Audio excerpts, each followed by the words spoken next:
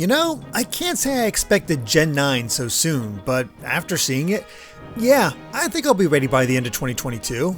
With each release, Pokemon seems to be catching up to other games, and I relish the chance to make that comparison rather than to its own past. The promised fully open world is a big step in that direction. Though that begs the question, how exactly will Pokemon Scarlet and Violet be structured? Will there still be gyms? Can they be visited in any order if so? Or will it take a page from Legends and have the thrust of the journey be something else entirely? Unfortunately, there's no way to know, and this trailer is offering no clues on that front.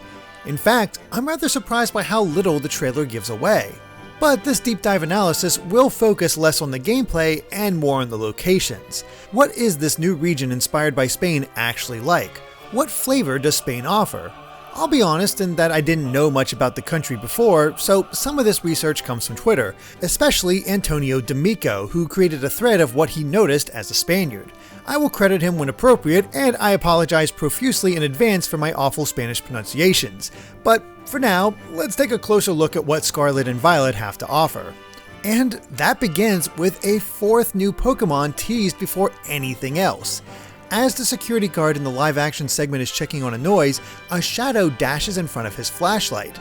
But this isn't one of the starters. Based on the shadow, it's small, chunky, runs on 4 limbs, lacks a tail, and bounds when running. That certainly doesn't fit Fuecoco or Quaxley, and if it was any older Pokemon, it would be Pikachu, but this definitely isn't the mascot. That leaves Sprigatito, which is possible, but the body is just too thick for me to be convinced. No, I'm sure this is a brand new Pokemon from the generation, likely our electric rodent. What that rodent might be, I have no clue, and I'm certainly open to suggestions. Then there's the more obvious clues in retrospect, such as literal Scarlet and Violet lights coming out of the Game Freak offices. Really should have noticed that at the time, but I was too convinced it was more Detective Pikachu. Or maybe Indiana Pikachu, because the Game Freak offices bring to mind the famous archaeologist and treasure hunter. Maps, books, globes, just a 1940s adventurer feel to the whole place. But what sparked my curiosity was the pile of chalices, gold bars, and doubloons. How will this tie into the region?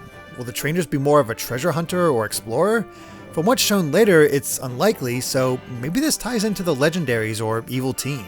That brings us to the trailer itself, and a look at what appears to be the main city of the region, which appears to be based on Barcelona, as indicated by the giant structure in the back that seems inspired by the Sagrada Familia Cathedral in that city.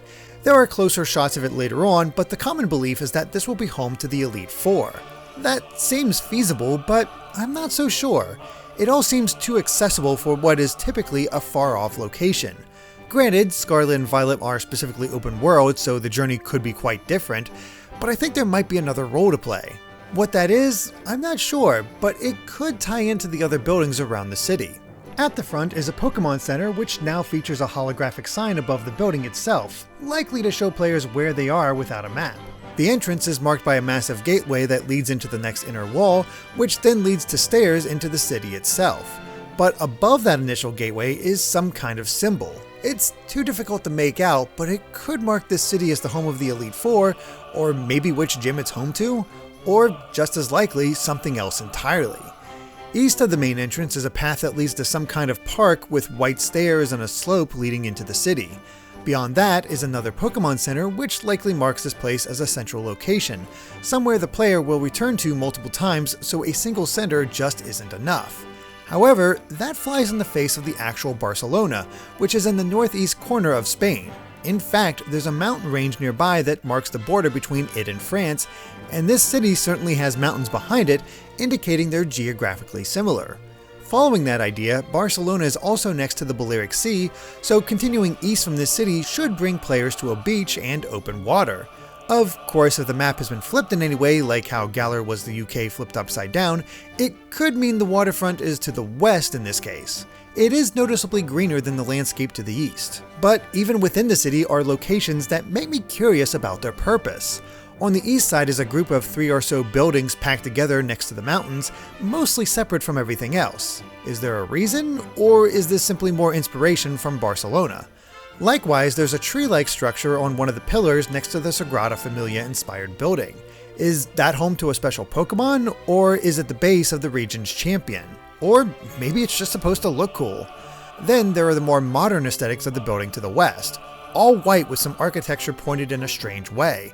It makes me think of a Pokemon laboratory or battle tower-like facility. It could even be the actual home of the Elite Four, as it has its own path separate from the city to reach it. And that's only the first location. The next showcases a large lake overlooking the ocean at sunset. From my basic look at a Spanish map, there doesn't seem to be many massive lakes in the country, at least that are obvious on a map, and none that are next to the ocean. The map from the trainer's home does feature a massive lake though, so this could be showing that body of water. That said, my research did reveal the Laguna Rosa, a pink lake that's just dying to be a landmark of some kind in a Spain-inspired region. Whether it actually shows up, we'll have to see. Time of day will obviously be a thing in the game, but the first look inside the Barcelona city reveals that the weather is present there as well, so even within the city walls. It's only fog, but there is a certain mood set with all the lights, especially from the cathedral in the background. It's also a slightly better look at the tree on the pillar, but there's nothing else to really glean from it. Of course, there's another Pokemon Center, marking 3 around the city alone. That might indicate that there's battles to take part in the city itself, as its presence seems a little redundant otherwise. Finally, there appears to be a restaurant-like store at the bottom left of the screen. I'm not sure what its purpose is other than maybe a battle restaurant like the ones in Kalos' Lumiose City. Though that may be a far-fetched idea considering the Pokemon website does have a screenshot of the battle system. There's no UI whatsoever, but it obviously takes place in the overworld, meaning that it at least takes a little from Pokemon Legends. Whether the player has to dodge dangerous Pokemon as well is completely up in the air. Coming in contact may simply initiate a battle state like the screenshot shows. It's a mystery for another time and another trailer. There is something breathtaking about the next scene as the camera pans over a cliff and showcases another wide view. A Pokemon Center can be seen in the center, though from here it looks almost like a gas station with its wide red roof. Could the amount of options in a Pokemon Center be limited when outside a town or city? I kinda doubt it, but I do like the road trip vibes it's giving. On the left side is the entrance to a large cave, so have no fear, that trademark of Pokemon is still here to stay. More intriguing is the tower or lighthouse mostly cut off just above this. There seem to be smaller buildings just beyond the rock formation, so the tower is definitely within a town, but I have no idea what it might be based on. My initial thought tied into the obvious windmills on the right side, which are inexorably tied to the story of Don Quixote of La Mancha. But La Mancha is in the center of Spain, so this coastal city can't be based on that. But perhaps this place is on a large island east of Spain, the Balearic Island, which hosts its own windmills. It would provide more uses for the new surf ability, but I'm honestly just tossing out ideas. At any rate, it looks like the players will be able to climb some of the windmills as a set of stairs can be seen leading toward the top. But what's the point? Is it just for a hidden item, or could Pokemon Scarlet and Violet introduce the new popular item in open world games? A glider. It would be pretty cool to soar over all of this before obtaining the proper fly ability. One amazing thing I've learned in my research of Spain is just how varied the country's landscape is. As Antonio D'Amico mentions, it's the most biodiverse country in Europe. Snowy mountains, tropical climates, even the only true desert on the continent. But before I talk about that, there is a rainy marshland shown, and wouldn't you know it, but Spain has marshlands too. One of which is the Guadalquivir marshes. That could be a loose inspiration for this area, just like the desert is likely based on the Tabernas Desert, which itself is located in the southeast, somewhat near the ocean. And just look at that sea in the distance. I think we've got a match. Returning to the Barcelona-inspired town, the center area takes another page from the city and creates its own version of Gaudi Park, which is filled with mosaics of ceramics and rocks. The main draw of this area looks to be a sun mosaic where all 18 Pokemon types are displayed around it. Within that is a battle arena, though it features a rainbow Pokeball design. Around it are people milling about while several shops can be seen in the distance. It's difficult to say what they're selling, but haircuts, clothes, and maybe some special items are the likely culprits. Finally, this scene also shows that the cathedral features a large screen display at its front, again marking its importance. The type symbols are also found behind Pikachu and next to the stairs, indicating that they'll likely be a common motif around the town. It helps give off the idea that this could be the home of the Pokemon League. Again, it's perfectly possible, but I find it strange to have it shown so soon. Other details include the child holding a drink of some kind while some kind of strange blue and purple art piece is displayed near the wall. Whether it actually indicates something or is just simple decoration is left to be seen though. There is one final shot of the plaza though as the camera pans around the central mosaic. Carts are set up, tables are available for people to eat at, a fountain can be seen to the right side, and the red of a Pokemon Center can be seen through the central arch. It could be the same one I spotted during the foggy night, but I could also see this place being big enough to warrant 4 different centers. More curious are the new shops shown, with one seemingly dedicated to glasses. Could there be a different shop for each clothing option? Maybe customization will be expanded even more than what's been done in the past. It would be pretty cool. But speaking of the trainer, the trailer does provide a look at their house, which Antonio has a lot to note, specifically on how its design in the presence of orange trees could indicate where in the region the player begins. The house itself is a mashup of architectural styles, but mainly that of Cortitos Andaluces. The oranges could place the trainer in Valencia, as it's famous for its citrus, but that's on the east coast of Spain. Now, I believe it's possible for the map of Spain to be rotated 90 degrees to make that feasible, as Pokemon does often start players from the south or southwest of a region. But if that's not the case, then Antonio does also suggest the Andalusia region, which makes up that southern portion of Spain. The wider look at the house does emphasize the amount of gardening here. Pumpkins, cabbages, and other vegetables can be seen, making me wonder if players can talk to their mom to grow new food for their Pokemon. Or it could just be about the aesthetic. The house looks humble, and that's a stark contrast to the mansion seen just behind the trainer. It has a large stone wall, a gated fence, and is generally more impressive. It's also the place where the Dratini fountain was shown earlier.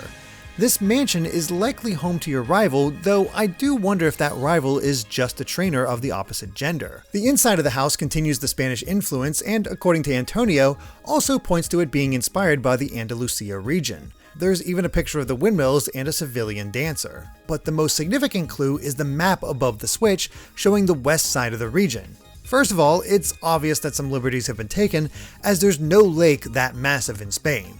There's also what looks to be a desert area just below that, which, again, has no basis in the actual country. Then there's the 4 locations marked on the map, likely indicating towns and cities. If I had to guess, the center one at the edge of the desert is likely Madrid, while the 2 southwest of that could either be Seville, Huelva, or Cordoba. As far as the one to the northeast, Guadalajara? I feel like until the entire map is shown, the orientation of the geography will always be slightly off, as it's hard to tell if it's been shifted in any way. And that just leaves our new starter Pokemon, Sprigatito, Fuecoco, and Quaxly. Sprigatito is said to be capricious and attention-seeking, while its name combines sprig, as in a small stem, with gatito, which itself is derived from the word gato, or cat, and the suffix ito, which means small or baby. Thanks to my friend Caro for the exact breakdown of the translation. So it's a tiny stem cat. But what could it evolve into? Well, a common theory is the Iberian lynx, which is an endangered species, but I'm not sure how its plant inspiration will change over time. I'm a little more confident in regard to Fuecoco, who's described as laid back. Its name is a combination of fuego and cocodrilo, literally fire crocodile. But I don't believe it'll stay a crocodile for long. Since the beginning of the series, the fire-type starter has followed the animals of the Chinese zodiac. Charmander for dragon, Cyndaquil for rat, Torchic for rooster, Chimchar for monkey, Tepig for pig, Fennekin for dog, Litten for tiger, and most recently, Scorbunny for rabbit. That leaves the ox, sheep, horse, and snake, and I kinda doubt Fuecoco is going to evolve into 3 of those. So we're in for a fire snake by the time it's fully evolved, somewhat mimicking the progression of the Snivy line. Fuecoco's design also takes inspiration from a hot pepper, as evident from its body shape, and as many of you have been sure to tell me, its face is a stark white, like a ghost. Could it become a fire ghost type, as in a ghost pepper? Well, maybe, but ghost peppers tend to be squat, and while we could have a chunky snake, I doubt that'll be the case. So I did a search for hot peppers, and the longest I could find was one called Pinocchio's nose. Strange name aside, it is pretty long like a snake, so I suppose we'll have to see how Fuecoco here turns out. Finally, there's Quaxly, an earnest and tidy duck, though it lacks the Spanish language influence from its name. It's difficult to go off of much, to be honest, though I have seen the suggestion that it could take inspiration from Don Quixote, so maybe a knight influence? But knights have been done before, And I do love my friend Nathan's suggestion of a pirate evolution called Duccaneer. I doubt it, but it makes me laugh.